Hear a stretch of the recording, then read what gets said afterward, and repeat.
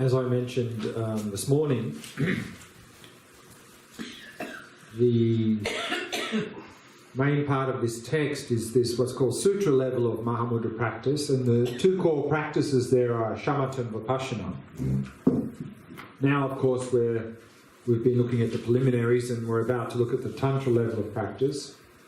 But in that shamatha practice, that's the practice of cultivating a calm, clear, focused mind.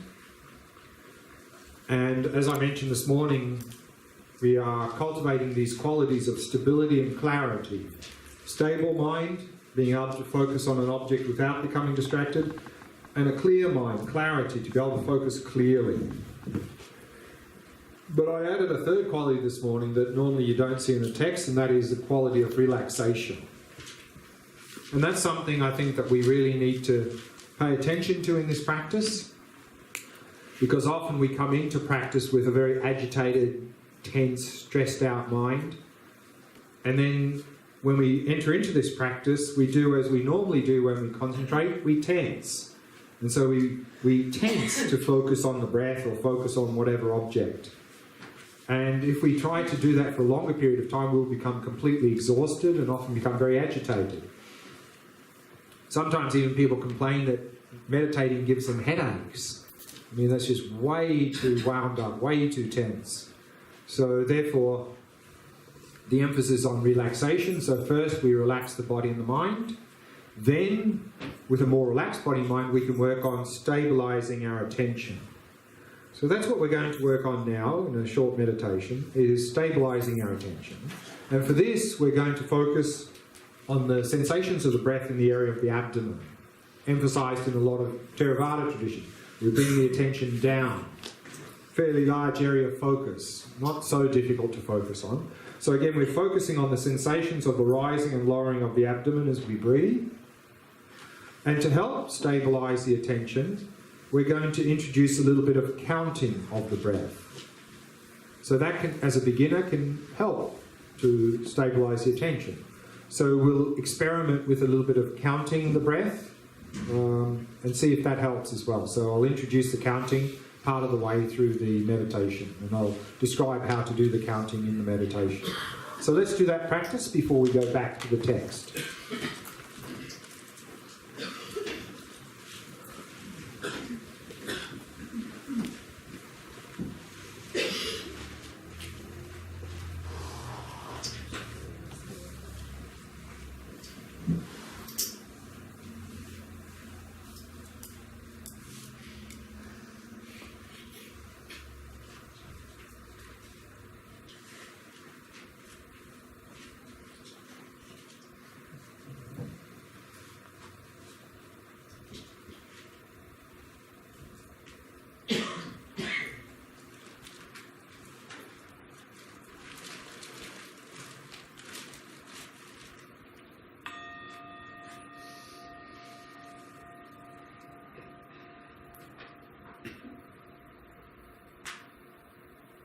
Setting the body into a state of relaxation, stillness, and vigilance.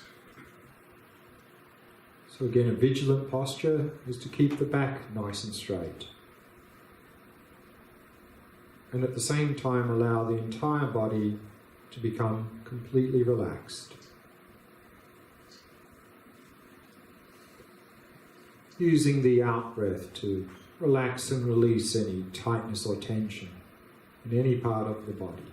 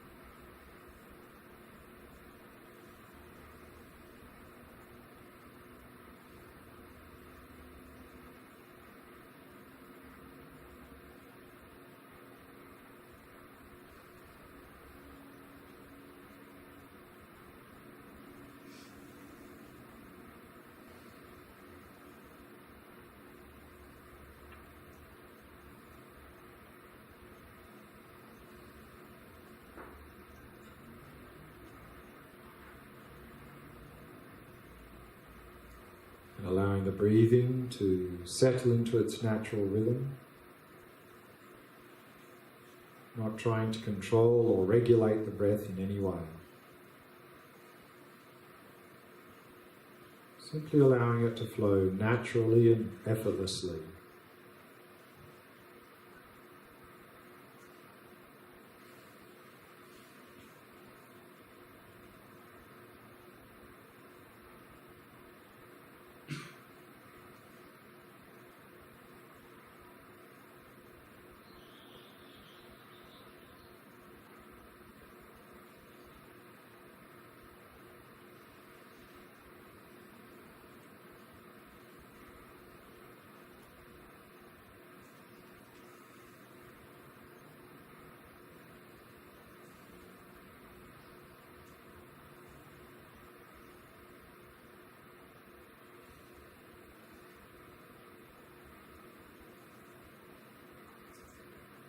And with each out-breath, letting go of any thoughts that may have arisen, happily releasing them.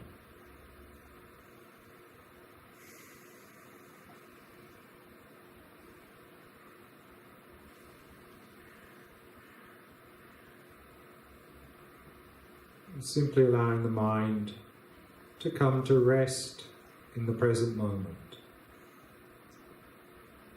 And simply become aware of the rhythm of your breath.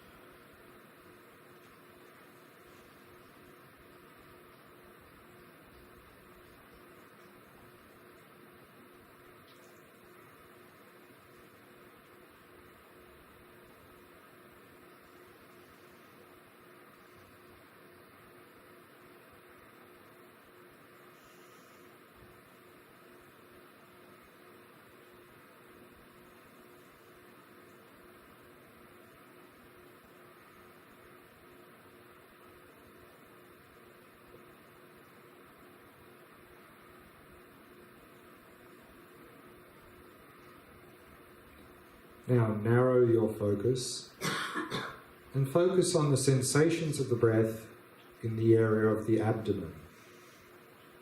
Focusing on the sensations of the rising and lowering of the abdomen as you breathe.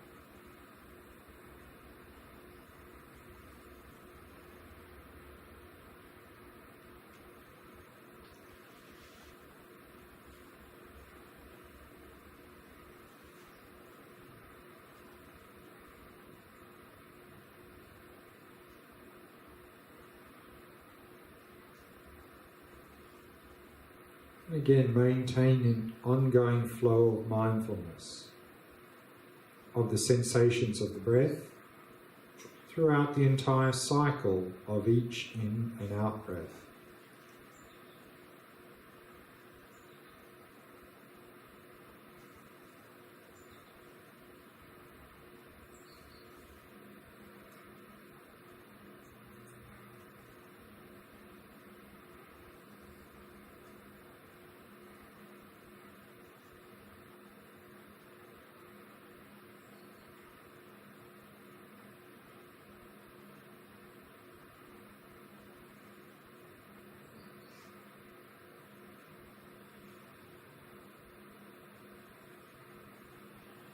And again, if you get distracted from the breath, the first thing to do is simply relax.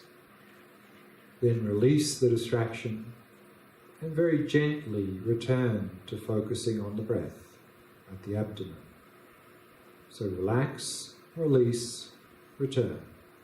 Each time you notice you've become distracted, simply keep coming back to the breath again and again, patiently and happily.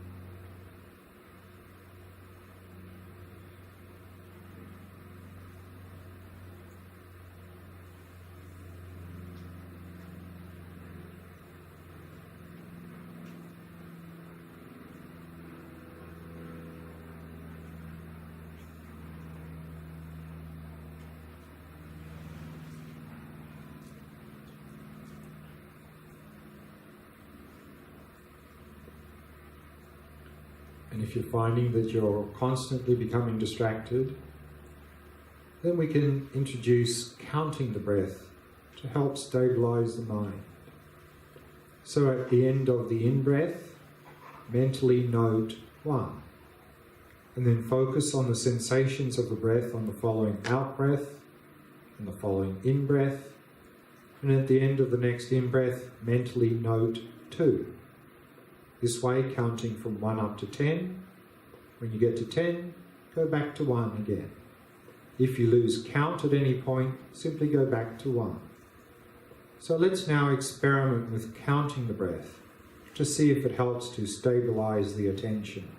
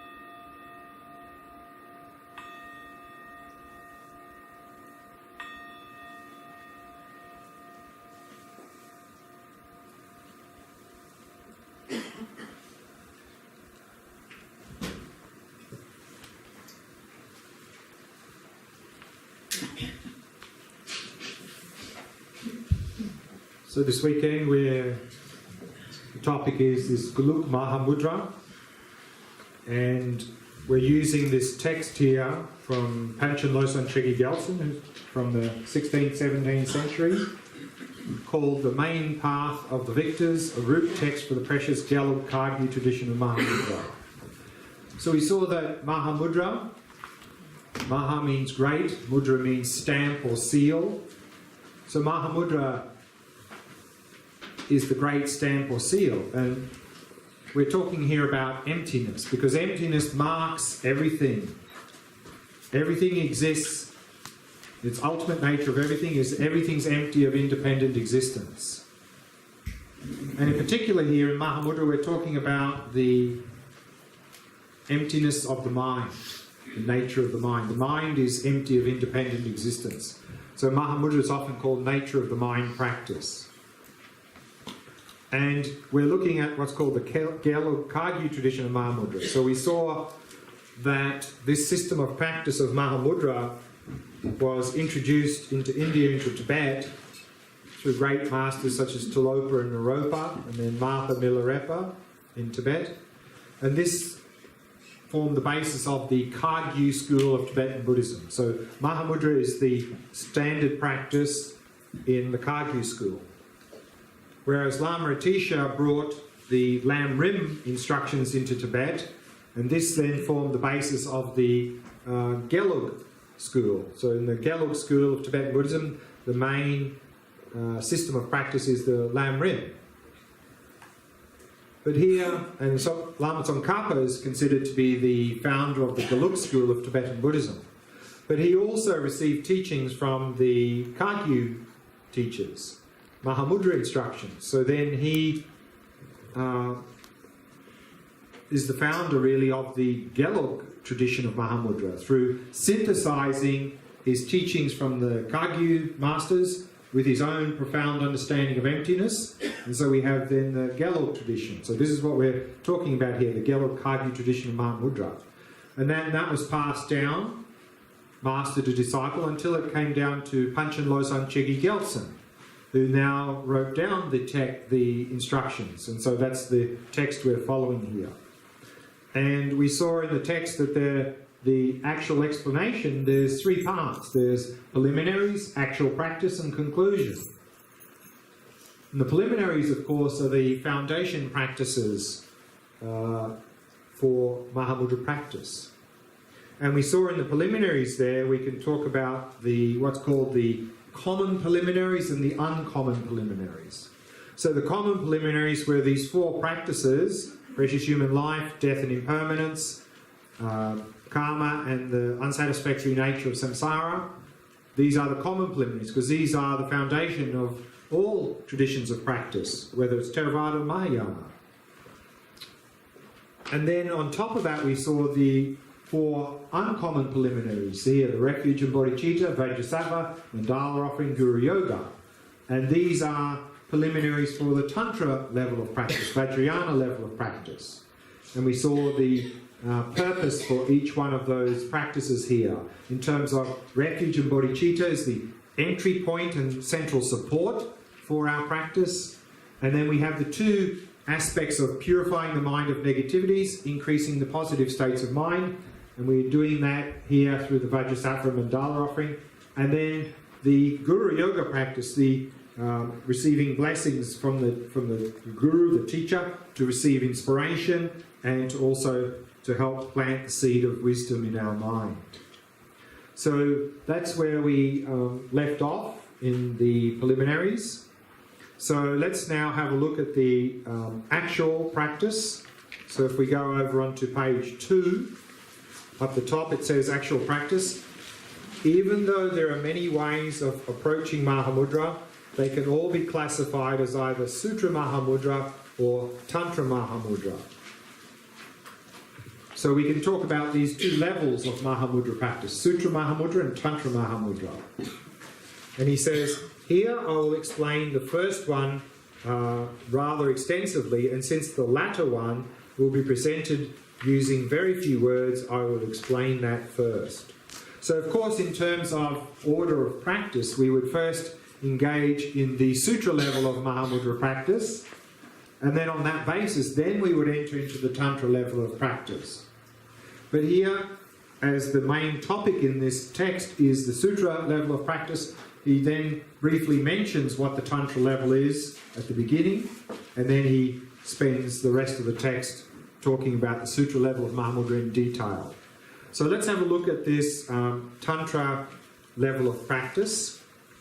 And to begin our discussions, let's first have a look at one of your handouts. In fact, the first handout, the 3 vehicles.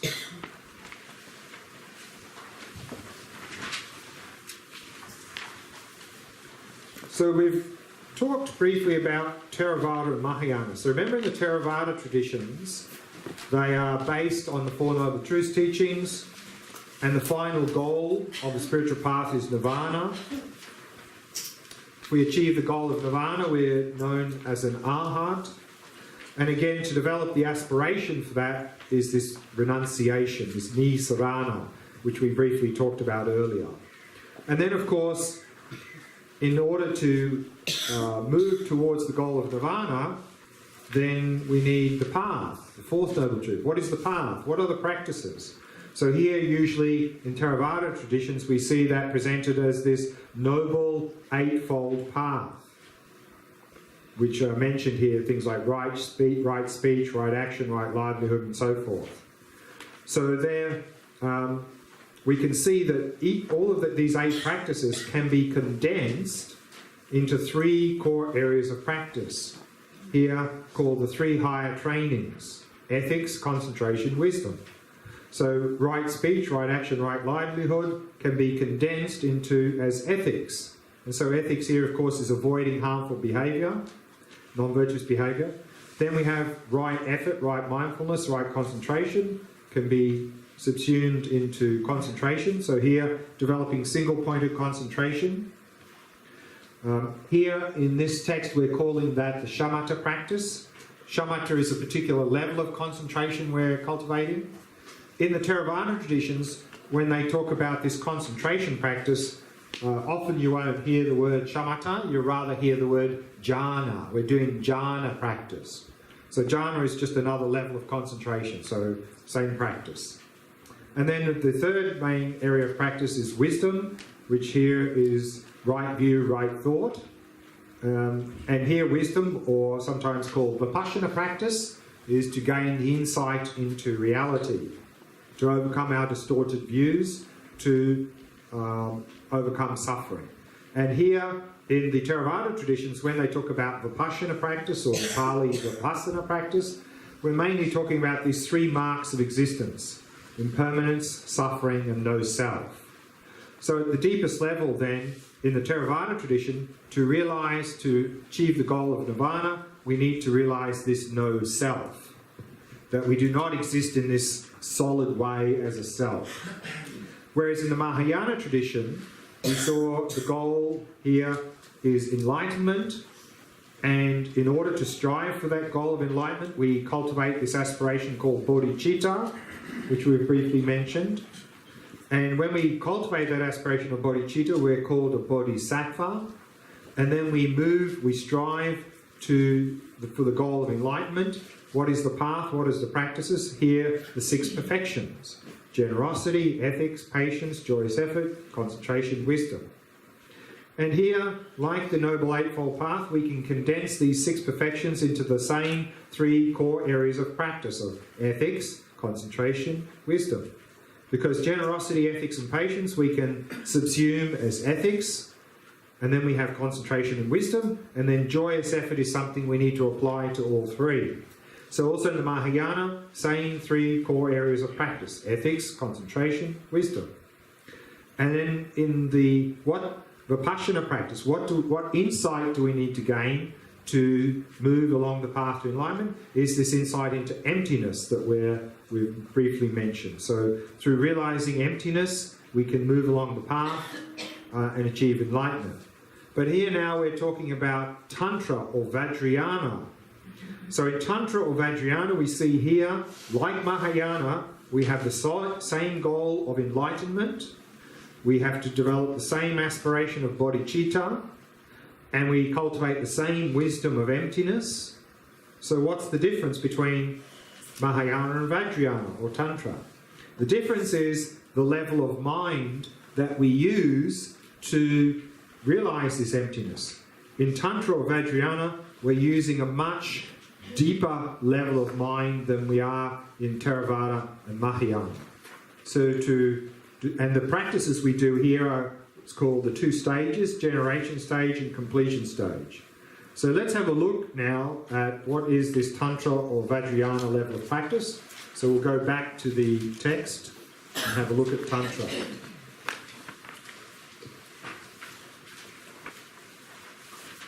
So if we look at Tantra Mahamudra, on page 2, it says, Tantra Mahamudra refers to the clear light mind, that is the primordial wisdom of co-emergent great bliss, arisen through the entering, abiding and dissolving of the winds into the central channel,